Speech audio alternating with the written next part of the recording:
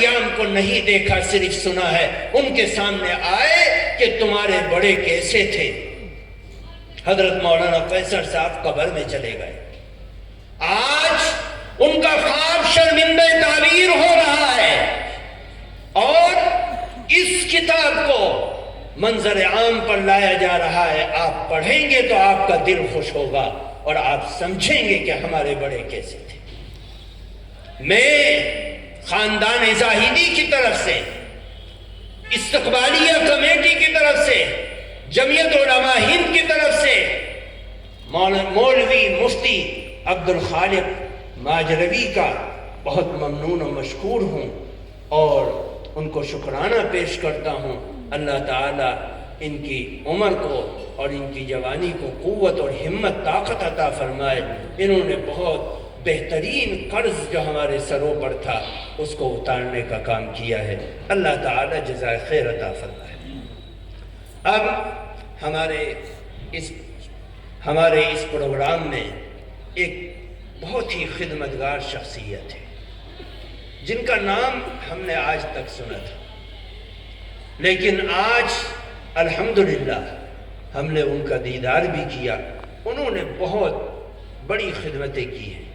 اللہ تعالی مولانا ممشاد صاحب جو مظفر نگر سے تشریف لائے ہیں، ایک بڑا کالج اور اسکول اور ان کا بنیاد رکھا ہوا ایک بڑا ادارہ بھی ہے۔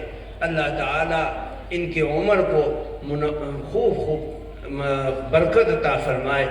یہ مولانا ممشاد صاحب ان شخصیات میں سے ہیں کہ آپ نے گڑی دولت کا مدرسہ دیکھا ہوگا۔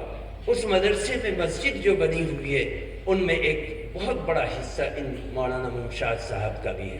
اللہ تعالی ہم نے بہت سی جگہ ان کا نام پڑھا اور دیکھا، لیکن آج پہلی مرتبہ مولانا عبدالخالق صاحب کے واسطے سے ان کا دیدار ہو رہا ہے۔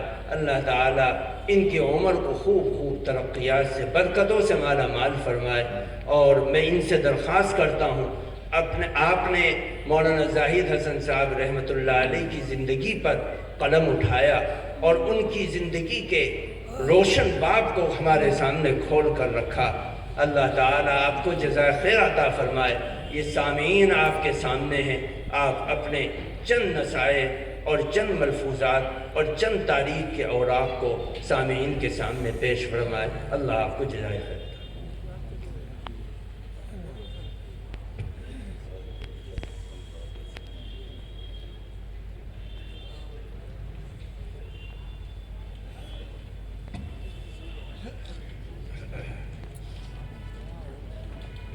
الحمد للہ رب العالمین۔